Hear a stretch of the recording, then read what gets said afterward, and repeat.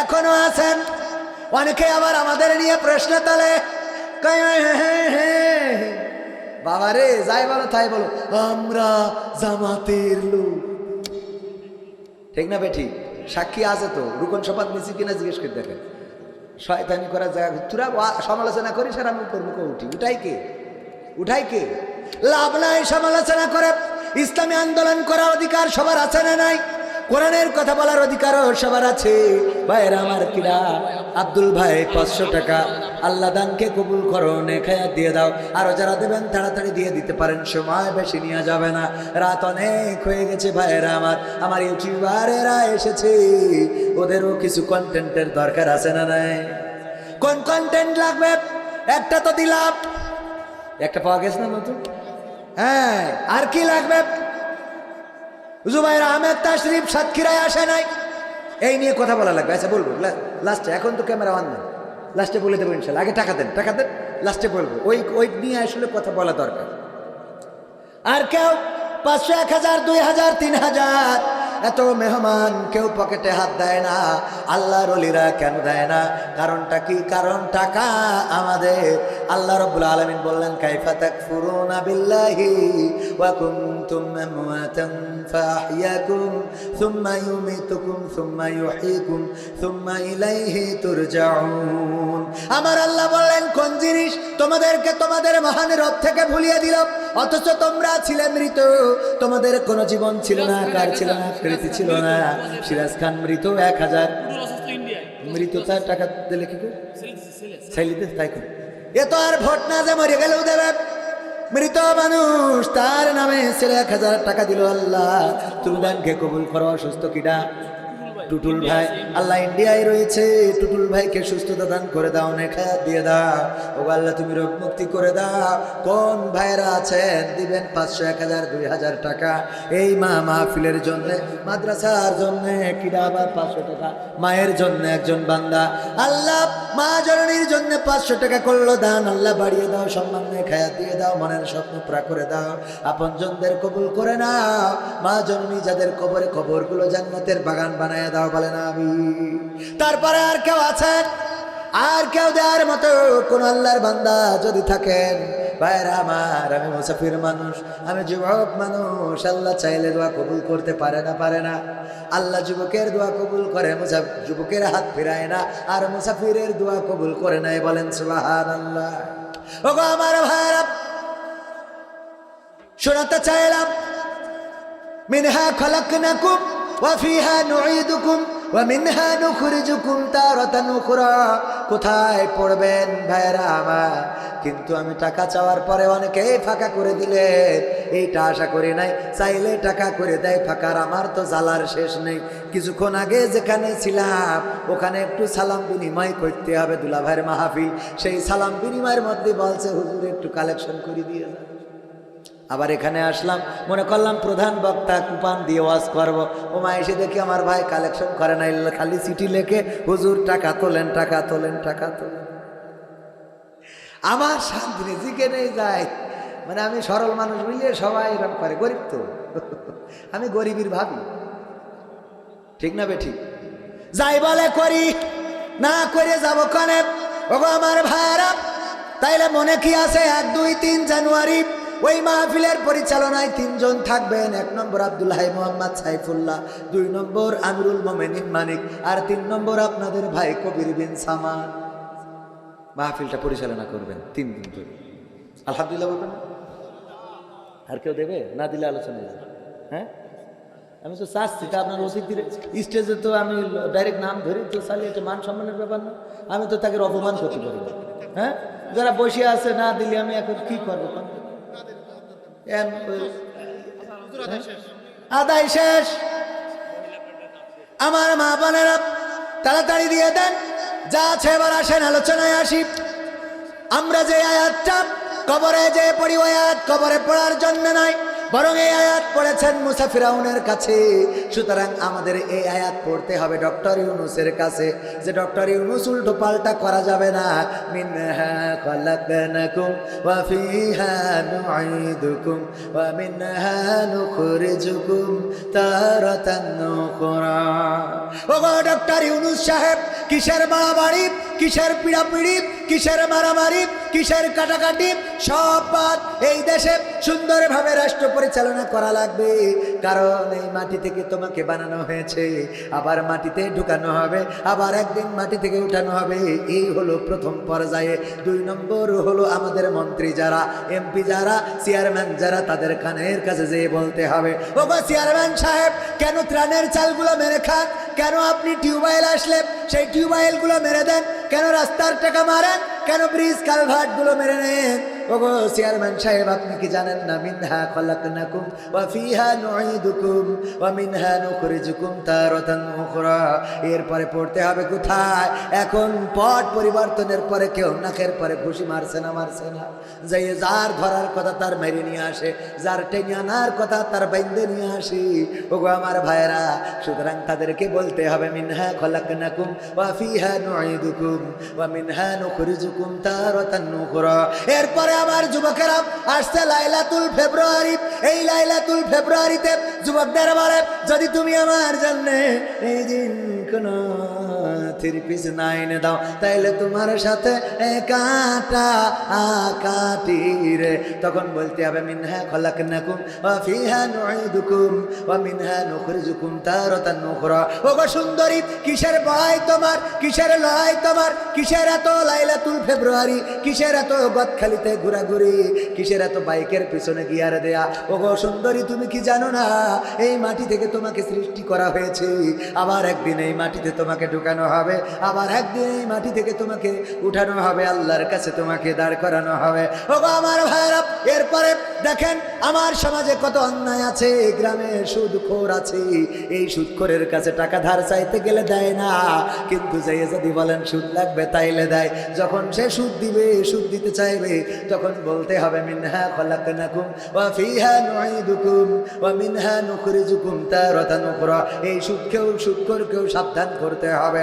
ওগো আমার মা বোনেরা, পর্দার অন্তরালে যারা, অনেকের স্বামী থাকে বিদেশে, আর এই সুযোগে আমার আব্দুল হাই সিদ্দিকী ভাই, না উনি তো হুজুর মানুষ, ধরেন অনেক ইয়াং পোলাপান আছে, ভাবির নাম্বারটা ম্যানেজ করে ফোন দেয়, হ্যালো ভাবি, হ্যাঁ ভাবি, হ্যাঁ চিনতে পেরেছেন ভাবিকে? আমি বল্টু। হ্যাঁ বল্টু ভাই, হ্যাঁ বল্টু ভাই, আপনি কেমন আছেন? আপনার ভাই বিদেশে যাওয়ার পর থেকে আপনি কদিন নেন না? আরে বাবা, আসে না না। ওরে বাবা বল্টু যদি বলে ভাবি আসতেছি, একটু পানি খাবো, আরে আসার পরে যদি বলে ভাবি একটু পানি দেন, কি বলছেন আপনি? পানি কেন দেব আপনাকে?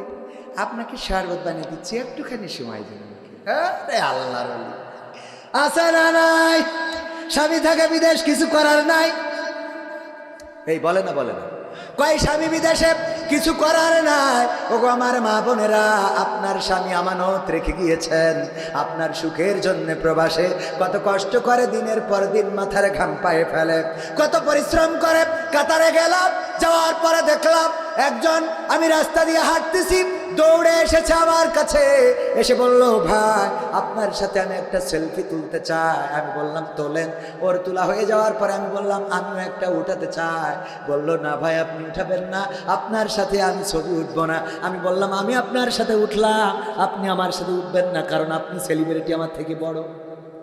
কয় না হুজুর মাইন্ড করেন না, আমিও সেলিব্রিটি নই, তবে আপনার সাথে ছবি উঠলাম, আপনি কেন উঠবেন না?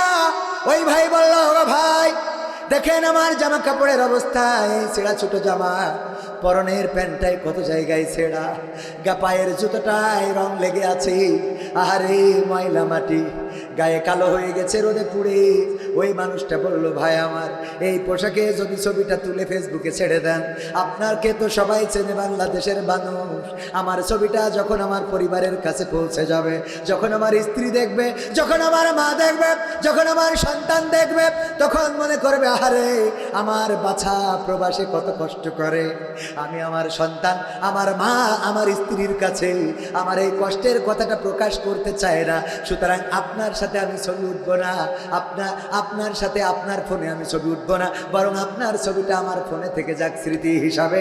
ওগো আমার মায়েরা, বোনেরা, এইভাবে প্রবাসে কষ্ট করে আমার প্রবাসীরা মাথার ঘাম পায়ে ফেলে, কত উঁচু উঁচু বিল্ডিং এ কাজ করে। আমার চোখের সামনেই থাইল্যান্ডের একজন ভাই, নাম হলো রংচাই, সে পড়ে গেল 13 তলা বা তার থেকে বেশি তলা থেকে নিচেই পড়লো। আমি মনে করলাম উপর থেকে মনে হয় মাটির দলা, ইটের দলা, সিমেন্টের দলা পড়েছে, কিন্তু না, চারিদিকে ছড়িয়ে গিয়েছে। মনে করলাম কেউ হয়তো কিছু সিমেন্ট ফেলেছে, না, সিমেন্ট ফেলে নাই। ওই জায়গায় পড়েছিল থাইল্যান্ডের রংচাই নামের একজন আমাদের বড় ভাই। তিনি ছিলেন বৌদ্ধ ধর্মের অনুসারী। পড়ার পরে তার মাথাটা ফেটে চূর্ণ বিচূর্ণ হয়ে ঘেলুগুলো খুলে খুব চারিদিকে ছড়িয়ে গেছে। ওটাই মনে করেছিলাম সিমেন্ট, খুলিটা উড়ে গেছে। আহারে কি বিভৎস চেহারা। ওই মানুষটা যখন মারা গেল, তার সাথে ব্যাগের সাথে কিছু মালয়েশিয়ান রিঙ্গিট, কয়েক হাজার রিঙ্গিট। ভাইয়েরা আমার, এই মানুষটার লাশ দেশে যাওয়ার আগে ওই মানুষের ওই টাকাগুলো পরিবারের জন্য পৌঁছে গেছে। আমার ভাইয়েরা, প্রবাসে যারা থাকে তারা মরতে রাজি থাকে, পুলিশের কত দৌড়ানি খায় যেন অ্যারেস্ট না হয়। পুলিশের হাত পা জড়িয়ে ধরার মতো ইতিহাস আছে। ভাইয়েরা আমার, মায়েরা আমার, কত কষ্ট করে প্রবাস থেকে, কত পরিশ্রম করে মাথার ঘাম পায়ে ফেলে। স্ত্রী বলে আমার শাড়ি লাগবে, টাকা পাঠিয়ে দেয়। ভাই বলে আমার ফোন লাগবে, নিজে একটা বাটন ফোন চালায়, কিন্তু ভাইয়ের জন্য একটা আইফোন কিনে দেয়। বাবা বলে আমার এটা লাগবে, আমি একটা ডিসকভার গাড়ি কিনবো, আমি একটা পালসার কিনবো। বাবার অভাবটা পূরণ করে। মা বলে তোমার বোনেদের জন্য এটা দিবা, সেটা দিবা। সবার অভাবটা পূরণ করে। ওগো আমার ভাইয়েরা, এই পূরণ করতে করতে একদিন এই মানুষটাই প্রবাসে ল্যাগেজ বন্দি হয়ে দেশে ফিরে আসে। এমন অনেককেই দেখেছি আমি। আমার আপন খালাতো ভাইয়ের লাশটা দেশে এনেছিলাম। বারবার মনে হচ্ছিল আর এই বিমানে দুইজন পাশাপাশি বসে যাব, সেটা তো আর হলো না। আমার আপন খালাতো ভাই, সে মাত্র কয়েক মাস বিয়ে করে বিদেশে গিয়েছিল, আমার সাথে জব করতো। আমি গেলাম পেনাঙে যাওয়ার পরে শুনলাম আমার খালাতো ভাই অ্যাক্সিডেন্ট করেছে। আমি ছুটে চলে আসলাম, এসে দেখি লাশটা নিয়ে থানায় চলে গেছি। তারপরে শুনলাম থানায়ও নাই, আছে হাসপাতালে ডিপ ফ্রিজের মধ্যে। যাওয়ার পরে ফ্রিজ থেকে বের করে দেখালো। ওগো আমার ভাইয়েরা, ওগো আমার মায়েরা, ওগো আমার বোনেরা, এমন কষ্ট করে প্রবাসে, আর সেই টাকা দেশে পাঠানোর পরে আপনি আইলা বাইলা সাইলা কেনেন, কেনার পরে আপনি মকসেদের সাথে টাঙ্কি মারেন যে বলছি ভাই কতদিন হলো দেখা করেন না। ভাবি আরে ভাবি, আপনার দেখলে পরানটা জুড়িয়ে যায়। এই কথাগুলো যে বলেন আমানতের খেয়ানত।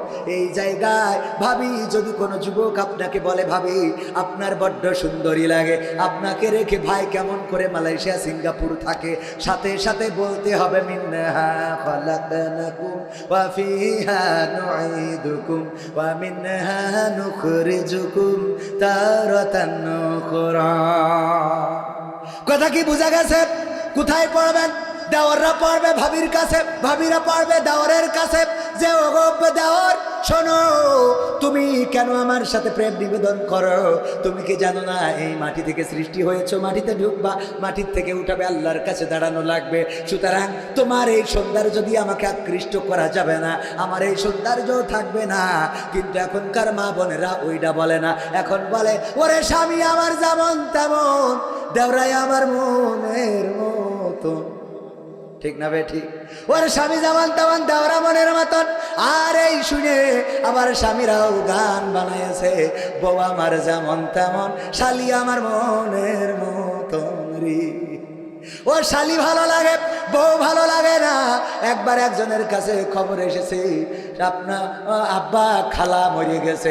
ওই এমন ভাবে কাঁদতেছে, ফিট লেগে গেছে। হুশ ফিরার পরে বলছে এ আব্বা খালা মরে গেছে, তাই এত ফিট লাগলি কেন? বলছে ফিট লাগবো না তো কি করবো, তোর মা মরে গেলে যার বিয়ে করবো সেই আগে মরি সেরেছে। তোর মা বললি যার বিয়ে করবো সে আগে মরিয়েছে, তা ফিট লাগবে না, তাহলে করবো।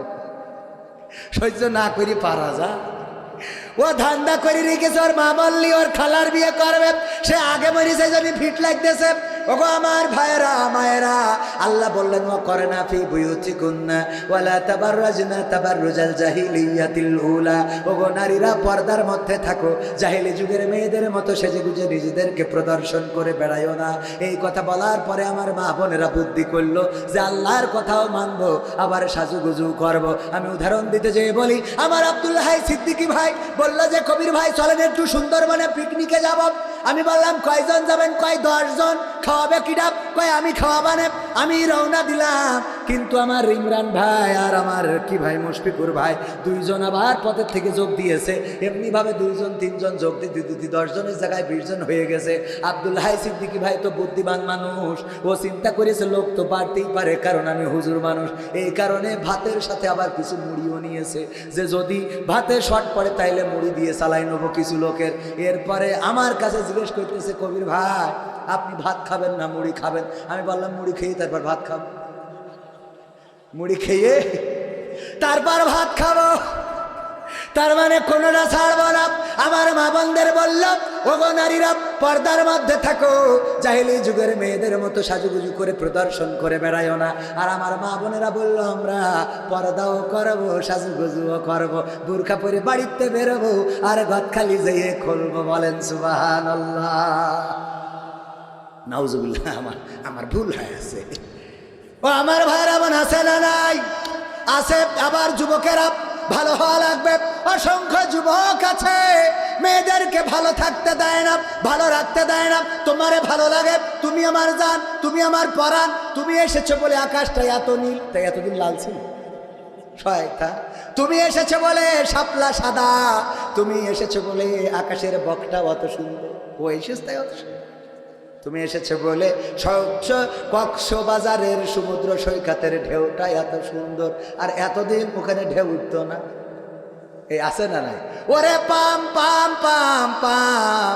এরপরে বিয়ে করার পরে কয়দিন পরে দেখা যায় যে আর ভালো লাগছে না, কারণ ওর তো অবস্থা হলো বাইরের গু খাওয়া অভ্যাস। ওর আবার আর একজনের বোধ দেখে ভালো লাগে, আর একজনের মেয়ের দেখে ভালো লাগে। এই তাল এই বউ এইবার যখন ঝামেলা শুরু করে দেয়, তখন আমার যুবকেরা গান গায়, আমি পারি না আর পারি না, আমি কেন মরি না, আজরাইল কি চিনে না আমারে গো, আমি পারি না আর পারি না। হয়তো 2 দিন পরে মরব, আগে মরলে কি ক্ষতি, এই দুনিয়ার রং তামাশা বুঝলাম না রে একরতি। ও আমার ঘরের রমণী সে যে কাল নাগিনী, ওই ঘরের রমণী সে যে কাল নাগিনী, আমারে বাজাইলো 12টায়, আমি পারি না আর পারি না। কয় না। তবে এই দিক থেকে আমি পুরুষদের ধন্যবাদ দিই যে ওরা অন্তত এই কথা বলে, আমি পারি না আর পারি না, আমি কেন মরি না। আর আমার মা বোনরা বলে, আমি পারি না আর পারি না, তুই কেন মরিস না? ঠিক না ভাই? ঠিক। কয় তোর মরণ করে না কেন? আল্লাহ তোর দেখে না কেন? আজরাইল তোর কাছে আসে না কেন? বাড়িতে কুত্তা সব খেদাম, এই কুকুরের জন্য মানে আসছে না। এরকম আছে না নাই? একবার এক বোন আমাকে ফোন দিয়েছে, বলতেছে আমি বলছি কি হয়েছে? হুজুর আমার স্বামী মরে গেছে এ রে। আমার মরে গেছে, তা আমায় বিয়ে করতে পারবো না, আমার একটা বউ নিয়ে তাই ঝামেলায় আছে, আমার দেওয়া হবে না। বলছে না হুজুর বিয়ে করতে বলি না, তাইলে কি? বলছে হুজুর আমার স্বামী ছিল অসুস্থ, আমি বারবার তাকে বলতাম তোমার মরণ করে না কেন, তুমি মরো না কেন, তোমার আজরাইল চিনে না কেন, তোমার আজরাইল উঠাই না কেন, এখন মারা যাওয়ার পরে কষ্ট হয়। আহারে আমার দোয়ার কারণে সে মারা গেল, নাকি তার হায়াত শেষ হয়েছে তাই মারা গেল, আমি তো মনেরে বুঝাইতে পারি না। ওগো হুজুর আমার দোয়াই মারা গেল, নাকি তার হায়াত শেষ হয়েছে তাই মারা গেল, আপনার কাছে একটু জানতে চাই। আমি বললাম ওগো বোন, আল্লাহর নবী বলেছেন, মা বোনেরা আমার মহিলারা, আল্লাহর নবী মহিলা সাহাবীদেরকে ডেকে বললেন, ওগো নারীরা জাহান্নামে যাওয়ার জন্য, নারীরা অধিকাংশ জাহান্নামী যাওয়ার জন্য কারণ, বড় কারণ হলো 2টা। কয়টা? 2টা বড় কারণ। 1 নম্বর হলো তারা স্বামীর প্রতি অকৃতজ্ঞ থাকে, আর 2 নম্বর কারণ হলো তারা বেশি বেশি অভিশাপ দেয়। কি সাপ? কি সাপ? অভিশাপ দেয়, বেশি বেশি অভিশাপ দেয়। আমি বলি ও বোন, হায়াত শেষ হয়েছে নাকি তোমার দোয়ায় মারা গিয়েছে জানি না, তবে এটা বলতে পারি যারা বেশি বেশি অভিশাপ দেয় ওই নারীরা তাদের জায়গাটা জাহান্নামে করে নেয়। কথা কি মনে থাকবে? আমার মা বোনরা, পর্দা করবেন, স্বামীর কথা শুনবেন, আর স্বামীর অবাধ্যতা হবেনই না। নিজেদের চেহারা আল্লাহ রাব্বুল আলামিন যে বাউন্ডারি দিয়েছেন, 14 জন মাহরাম পুরুষ, তাদের বাইরে আর অন্য কাউকে দেখাবেন না। ওগো আমার মা বোনেরা, সুন্দরী ছেলেদেরকে যে চেহারা দেখান, এই চেহারা দেখায় কোনো লাভ নাই, এই চেহারার সৌন্দর্য থাকবে না। যারা আজকে সুন্দর ছেলে, আপনার জন্য পাগল পারা হয়েছে, বয়স যদি হয় একদিন দাদি হয়ে যাবেন। আপনার সুন্দর ছেলে তো দূরের কথা, ওই চেহারার দিকে একটা কুকুরও ফিরে তাকাবে না। সুতরাং কবর দেশের প্রস্তুতি নেওয়ার দরকার আছে না নাই? আমার মা বোনেরা বলছে, হুজুর আমাদের তো বললেন, সামনে যারা ওদেরও বলেন, ওরাও তো চোখ দিয়ে পরিমণি, নুরা লাইলা, শাবনূর, ঐশ্বরিয়া রায়, কারিনা কাপুর এইগুলো দেখে বেড়ায়, আছে না নাই? হুজুর একটু দোয়া করি দেন, আমার বউ সিরিয়াল দেখে, একদম সিরিয়াল দেখা ছাড়ছে না, একটু দোয়া করি দেন। আমি বললাম, তুমি কয় নম্বর পরহেজগার? বলছে আমি 7 দোকানে 5 ওয়াক্ত। 7 দোকানে কয় ওয়াক্ত? আমি বললাম, তুমি যদি পরিমণি দেখো, তুমি যদি শাবনূর দেখো, মৌসুমী দেখো, তাইলে তোমার বউ ওই যে ভারতের দাদাদের দেয়া সিরিয়াল ওইগুলো দেখবে। কারণ তুমি এইগুলো দেখে বাড়ি যেয়ে মনে করবা তোমার তাপসী রাবিয়া বসে আছে, তা হবে? কথা কয় না হবে? এই জন্যে পুরুষদের পরিবর্তন দরকার। একবার আমার মা বোনেরা, আমার আব্বা বলতো, আমার আব্বা একবার ওয়াজ করেছে যে, মহিলারা তোমরা যদি পারো স্বামীদের চুল দিয়ে পা মুছাইয়ে দিবা, চুল দিয়ে যদি স্বামীদের পা মুছাইয়ে দাও, বিশ্বনবী বলেছেন মাথায় যত চুল আছে সমপরিমাণ সোয়াব তোমার আমল নামায় দিয়ে দেবে। আমাদের টাকলা মুরাদের বউ বলছে, তাহলে আমার তো তেজ মারা সারা।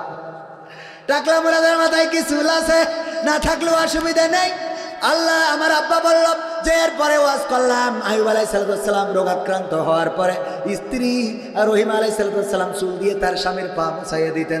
এই ওয়াজ শুনে যাওয়ার পরে এক মহিলা বাড়ি যাইয়ে মনে করে আজকে একটু আমলটা করে শুয়েও, চুল দিয়ে পা মুছাইয়ে শুয়েছে।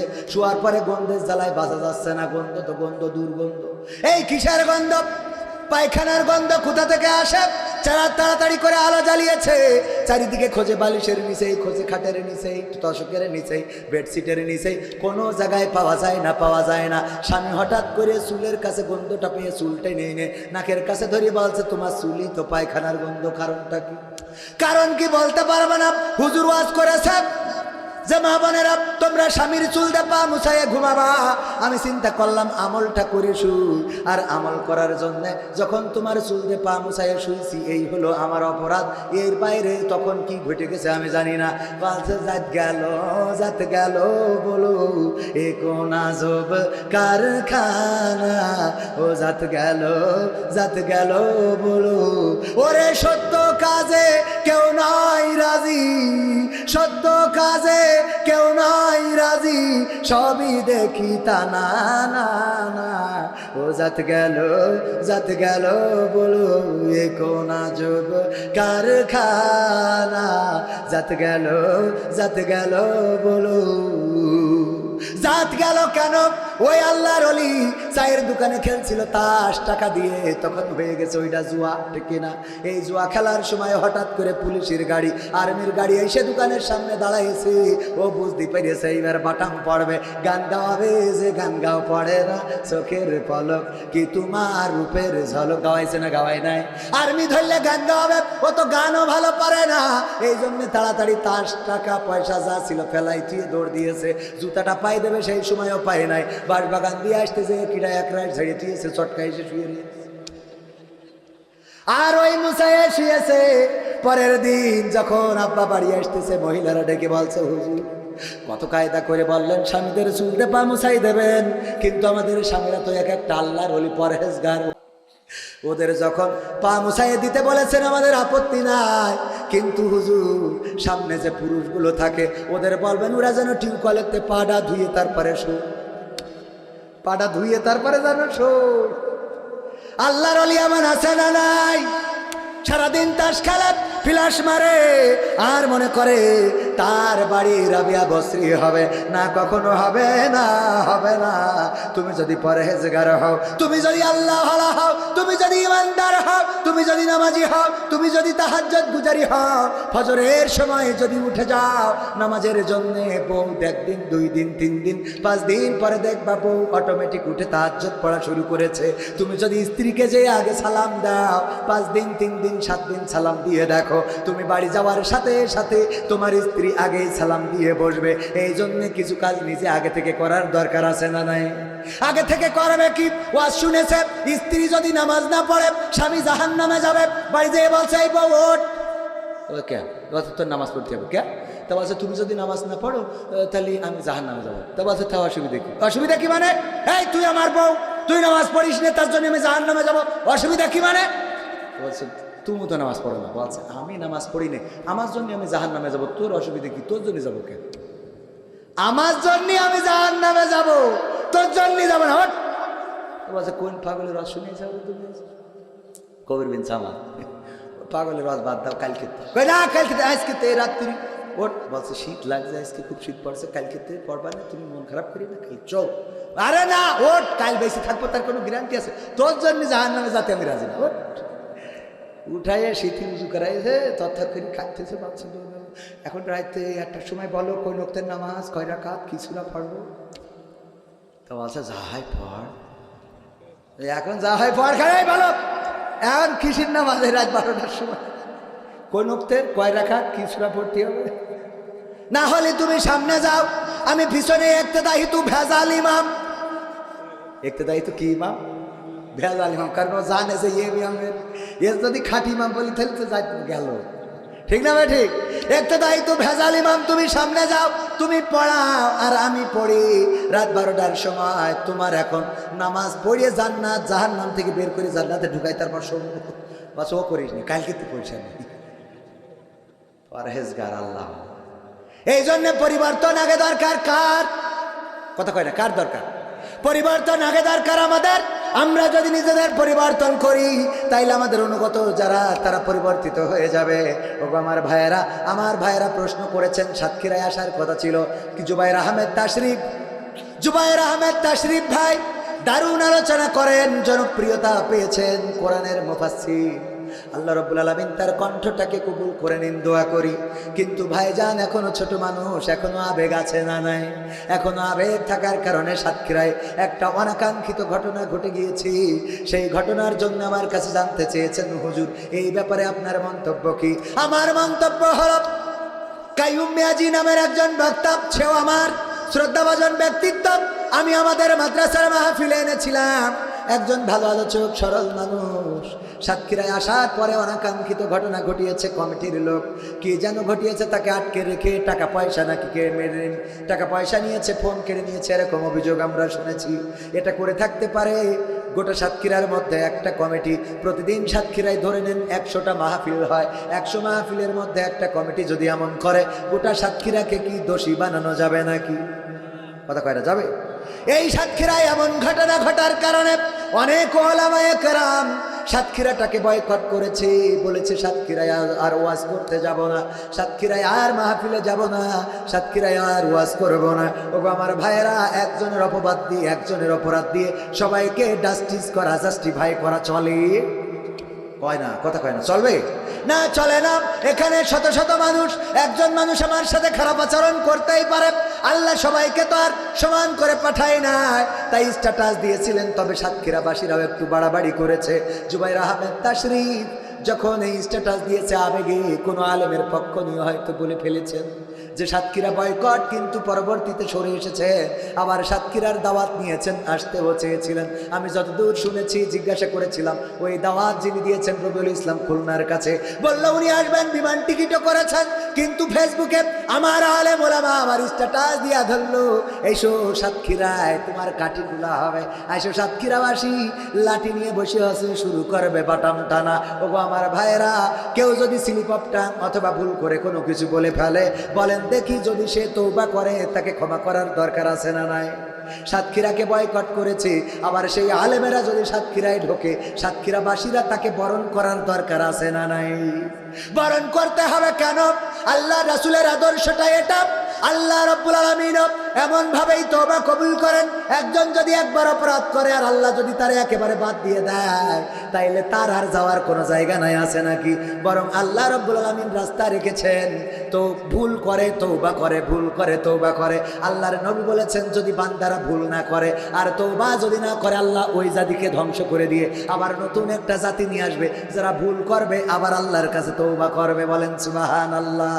ভুল করার জন্য আদম আলাইহিস সালাম হঠাৎ করে গন্ধক ফল খেয়ে ফেললেন, আল্লাহ রাব্বুল আলামিন শাস্তি দিলেন, একটু রাগ করলেন, ধমক দিলেন, কিন্তু ক্ষমা করেছে না করে নাই? ক্ষমা করে দিলেন। ভাইয়েরা আমার, সাতক্ষীরাবাসীকে বলবো, দেখেন রাগ দেখালে হবে না, ইসলামের জন্য নিবেদিত প্রাণ হতে হবে, উদার হতে হবে, হৃদয়টাকে আরো প্রশস্ত করতে হবে। কিছুক্ষণ আগে আমাদের মুহতারাম জামাতের সাবেক যশোর জেলা পশ্চিমের আমির জনাব মাওলানা আজিজুর রহমান সাহেব আমাকে নসিহা করছিলেন, ওগো কবি শোনো, বরাবরই দেখা হলে নসিহা করেন, আজকেও করলেন। কেন্দ্রীয় কর্ম পরিষদ সদস্য, একবার উনি ডাক্তার শফিকুর রহমানের নির্দেশে আমাকে নিয়ে মিটিংয়ে বসেছিলেন। ডাক্তার শফিকুর রহমান নির্দেশ দিয়েছিল কবিরকে নিয়ে মিটিংয়ে বসেন, তাকে একটু সংশোধন করেন। ওগো আমার ভাইয়েরা, ডাক্তার শফিকুর রহমানের নির্দেশে মিটিং করা ব্যক্তি, ওরে ভাইরে আপনারা এসব এখন কোনে আনছেন? তো এগুলো আগে দেন লিখে, 12টার সময় এখন দেবেন, লোকজন দাঁড়াবে। আমি আলোচনার মধ্যে খালি একবার টাকা তোলেন, একবার মাইক বন্ধ করেন, আবার আমার একটা কথা বলার মধ্যে উপজান করি কাটি করতেছে।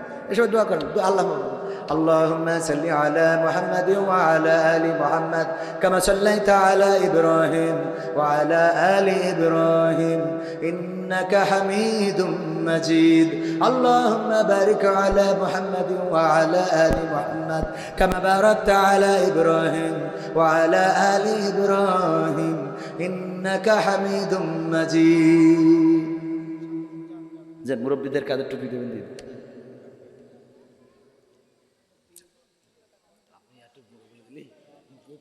জনাব হাসান খান আমাদের মুরব্বী, প্রবীণ মানুষ, তাকে একটা টুপি এবং একটা কুনান্না মিনাল খাসিরিন রব্বানা আতিনা ফিদ দুনিয়া হাসানা ওয়া ফিল আখিরাতি হাসানা ওয়া কিনা আযাবান নার। ও আল্লাহ, গভীর রাত তোমার বান্দাদের নিয়ে দুখানি শূন্য হাত তুলে দিলাম। আল্লাহ তুমি দয়া করে আমাদের হাত দুখানা কবুল করে নাও। আল্লাহ তুমি আমাদের জীবনের গুনাহগুলো মাফ করে দাও। জেনে না জেনে, বুঝে না বুঝে শয়তানের ওয়াসওয়াসায় পড়ে কত গুনাহ করেছি। আল্লাহ তুমি দয়া করে আমাদের গুনাহ খাতাগুলো ক্ষমা করে দাও। ও আল্লাহ, জীবনে এমন অনেক গুনাহ আছে যেই গুনার খবর মা জননী জানে না। মা জানলে ভাত রান্না করে খাওয়াতো না, বাবা জানলে বাড়িতে ঢুকতে দিত না। আমার বন্ধু বান্ধব আব্দুল্লাহ সিদ্দিকী ভাই, ইমরান হুসাইন ভাই যদি জেনে যেতেন আমার সাথে বন্ধুত্ব রাখতো না। প্রভাষক মাওলানা মুশফিকুর রহমান যদি আমার গুনার খবর জেনে যেতেন আমাকে সম্মান করতো না। এমন অনেক গুনাহ আছে ওগো আল্লাহ, যদি গুনার গন্ধ থাকতো, দুর্গন্ধের কারণে ডানে বামে কোনো মানুষকে পাওয়া যেত না, সবাই দূর দূর করে তাড়িয়ে দিত। কোনো চায়ের দোকানে বসতে পারতাম না, মসজিদে যাইতে পারতাম না। আল্লাহ, আমার সেই গুনার খবরগুলো তো তুমি জানো আর জানি আমি। ও আল্লাহ, এমন গুনাহ যত আছে রে আল্লাহ, তুমি তোমার গফুর গফফার নামের ওসিলায় আমার জীবনের গুনাহগুলো, আমাদের সকলের জীবনের গুনাহগুলো মাফ করে দাও। ও আল্লাহ, আমরা যারা হাত তুলেছি কারো মা নাই রে, চিরজনমের মতো বিদায় নিয়ে চলে গেল অন্ধকার কবরে। কেমন আছে জানি না, কোন অবস্থায় আছে জানি না। যেই মা জননী আমাদের আগে খাওয়াতো, তারপরে মা খাইতো, আমাদের আগে পড়াতো, তারপরে মা পড়তো। বাবাকে ঈদের সময় বলতে শুনেছি, যদি আমার সন্তানদের নতুন জামা কিনে না দেন তাইলে কিন্তু এইবার আমি ঈদ করব না। এমন মা যেই সন্তানের নতুন জামার জন্য বাবার সাথে অভিমান করত, ওই মা যাদের চিরজন্মের মতো বিদায় নিয়ে অন্ধকার কবরে ঘুমিয়ে আছে। আল্লাহ যার খোকা বলে ডাকে না, আজ আর আমাদের পাশে থাকে না রে আল্লাহ। আল্লাহ তুমি দয়া করে ওই মায়ের কবরটারে জান্নাতের বাগান বানাইয়া দাও।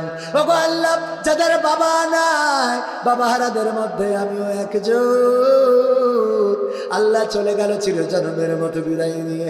22টা বছর হয়ে গেল, বাবার মতো কেউ তো আর মাথায় হাত বুলিয়ে দেয় না, আর বাবা বলে কাউরে ডাকতে পারলাম না।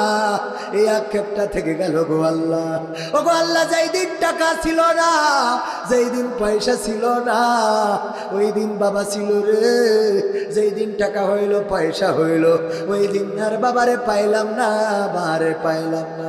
আল্লাহ, বাবা কেমন আছে জানি না, আল্লাহ আব্বার কবরটারে জান্নাতের বাগান বানায়া দাও। ও গো আল্লাহ, এই গ্রামে যত কবরবাসী ঘুমানো, কবরগুলোকে ক্ষমা করে দাও। আল্লাহ, এই মাহফিলের আয়োজন যারা করেছে বসুন্তিয়া সদুল্লাপুর খানপাড়া যুব সমাজের উদ্যোগে, আল্লাহ তৃতীয়তম এই কোরআনের মাহফিলটাকে কবুল করে নাও। আমার রাসেল ভাইকে কবুল করে নাও, আমার সভাপতিকে কবুল করে নাও, আমার যুবকদেরকে কবুল করে নাও। ওগো আল্লাহ, আজকে আমার সাথে যারা হাত তুলেছে, আমার মুরব্বী দাড়ি পাকা অনেকেই হাত তুলেছে, আল্লাহ পড়ন্ত বিকালে এই সন্ধ্যা বেলায় হাত তুলে দিয়েছে রে। জীবনের অনেকটা দিন পার করে এসেছে, গুনাহ বেশি নাকি সওয়াব বেশি তা তো তুমি জানো, আর পৃথিবীর কোনো মানুষ জানে না। এখন অপেক্ষা মালাকুল মাউতের কবে আসবে আর নিয়ে যাবে, দুনিয়া ছেড়ে চলে যেতে হবে। ওগো আল্লাহ, আমার দাড়ি পাকা মুরব্বী যারা হাত তুলেছে, তুমি সকলকে তোমার শাহী দরবারে কবুল করে নাও। আল্লাহ, আমার যুবক যারা হাত তুলেছে, যাদের কর্ম নাই আল্লাহ কর্মসংস্থানের ব্যবস্থা করে দাও, যাদের চাকরি নাই চাকরির ব্যবস্থা করো। আল্লাহ, যারা লেখাপড়া করে তুমি দয়া করে তাদের কামিয়াবি দান করে দাও। আল্লাহ, রেজাল্টটা ভালো করে দাও। আল্লাহ, নিঃসন্তানীকে সন্তান দান করে দাও। অবিবাহিত যুবকের আল্লাহ নেক পাত্রী দান করে দাও। ওগো আল্লাহ, নেককার স্বামী হিসাবে তোমার অবিবাহিত যুবকদের তুমি দান করে দাও। ওগো আল্লাহ, আমার মা বোনেরা যারা হাত তুলেছে, যাদের মা নাই বাবা নাই, তুমি দয়া করে কবরগুলো জান্নাতের বাগান বানাও। ওগো আল্লাহ, যারা অসুস্থ আছে সুস্থতা দান করে দাও। আল্লাহ, এই মাহফিলটাকে কিয়ামত পর্যন্ত জারি রাখো। এই মাহফিলে যারা টাকা দিল, পয়সা দিল, দানকে কবুল করে নাও। আল্লাহ, আমার মালয়েশিয়ার উস্তাদ জনাব মাওলানা শাহিদুল ইসলাম সাহেব, আল্লাহ আমাদেরকে হাতে কলমে শিখাইয়েছে, কোরআন শিখাইয়েছে, বক্তৃতা কেমন করে দিতে হয়, কোথায় কিভাবে বলতে হয়। আমার মনে আছে একটা মাস উনি বিভিন্ন কোরআনের মাহফিলে ওই মালয়েশিয়ায় আমাকে নিয়ে বেড়াতেন। আল্লাহ, অসুস্থ মানুষ, পিতৃতুল্য মানুষ, আল্লাহ ওই মালয়েশিয়াতে কত স্মৃতি আমাদের রয়েছে। আমার সাথে হাত তুলেছে, আল্লাহ তুমি মুহতারামকে কবুল করে নাও। স্ত্রী হাত তুলেছে, সন্তান হাত তুলেছে, পর্দার অন্তরালে স্ত্রী আছে, আল্লাহ তুমি দয়া করে তার হাত দুখানা কবুল করে নাও। আল্লাহ, আমার শাহিদুল ভাই ডায়াবেটিসে ভুগছে, অসুস্থ মানুষ, আল্লাহ তুমি দয়া করে রোগ মুক্তি দিয়ে দাও। ও আল্লাহ, আরো যত রোগ আছে সুস্থতা দান করে দাও। তোমার কাছে আখিরি ফরিয়াদ মালাকুল মাউত যেদিন মাথার কাছে আসবে, আল্লাহ তুমি দয়া করে আমাদের সকলের জবানে জারি করে দিও আখিরি কালেমা লা ইলাহা ইল্লাল্লাহু মুহাম্মাদুর রাসূলুল্লাহ সাল্লাল্লাহু আলাইহি ওয়াসাল্লাম।